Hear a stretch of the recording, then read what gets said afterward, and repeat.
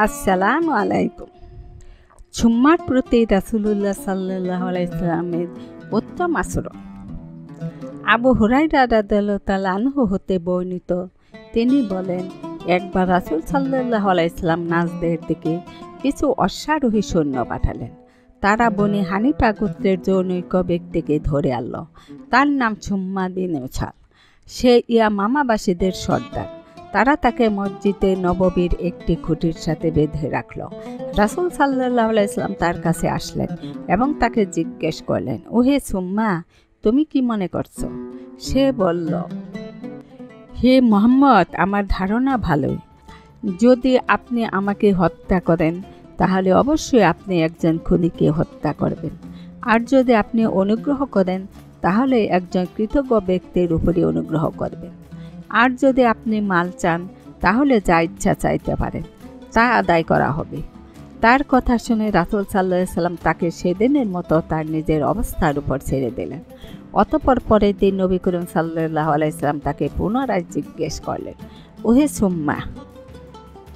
সুম্মা, তোমার কি মনে হচ্ছে? সে জবাবে বলল, তাই মনে হচ্ছে যা আমি আপনাকে পূর্বেই বলেছি। যদি আপনি আমার প্রতি মেহেরবানি করেন তাহলে একজন কৃতজ্ঞ ব্যক্তির উপর মেহেরবানি করবেন, আর যদি আপনি হত্যা করেন তাহলে একজন খুনি লোককে হত্যা করবেন, আর যদি মাল সম্পদ চান তাহলে যা ইচ্ছা চাইতে পারেন, তা দেয়া হবে। রাসূল সাল্লাল্লাহু আলাইহি ওয়াসাল্লাম আজও তাকে নিজের অবস্থার উপর ছেড়ে দিলেন। এভাবে রাসূল সাল্লাল্লাহু আলাইহি ওয়াসাল্লাম তৃতীয় দিনে তাকে জিজ্ঞেস করলেন, ওহে সুম্মা, তোমার কি মনে হচ্ছে? জবাবে সে বলল, আমার তাই মনে হচ্ছে যা আমি পূর্বেই আপনাকে বলেছি। যদি আপনি আমার প্রতি অনুকম্পা প্রদর্শন করেন তাহলে একজন কৃতজ্ঞ ব্যক্তির উপরই অনুকম্পা করবেন, আর যদি আপনি আমাকে হত্যা করেন তাহলে একজন খুনিকে হত্যা করবেন, আর যদি আপনি মাল সম্পদ চান তাহলে যতটা ইচ্ছা চাইতে পারেন, তা দেয়া হবে। অতঃপর রাসূল সাল্লাল্লাহু আলাইহি ওয়াসাল্লাম বললেন, তোমরা সুম্মাকে ছেড়ে দাও। তাকে ছেড়ে দেওয়া হলো। অতঃপর সে মসজিদের নিকটবর্তী একটি খেজুর বাগানে গিয়ে গোসল করল।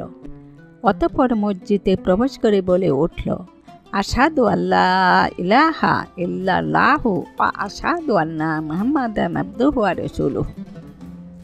হে মুহাম্মদ, আল্লাহর কসম, পৃথিবীর বুকে আপনার চেহারা অপেক্ষা আর কারোর চেহারা আমার নিকট অধিক ঘৃণ্য ছিল না, কিন্তু এখন আপনার চেহারা আমার কাছে সবচেয়ে বেশি প্রিয় হয়ে গেছে।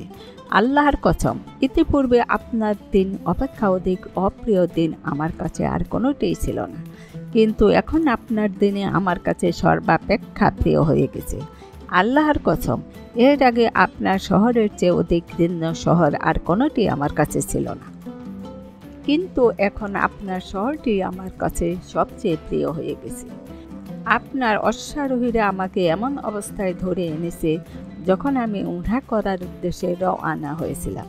এখন আপনি আমাকে কি করতে হুকুম দিচ্ছেন? রাসূল সাল্লাল্লাহু আলাইহি ওয়াসাল্লাম তাকে সুসংবাদ শোনালেন এবং উমরা পালনের আদেশ করলেন।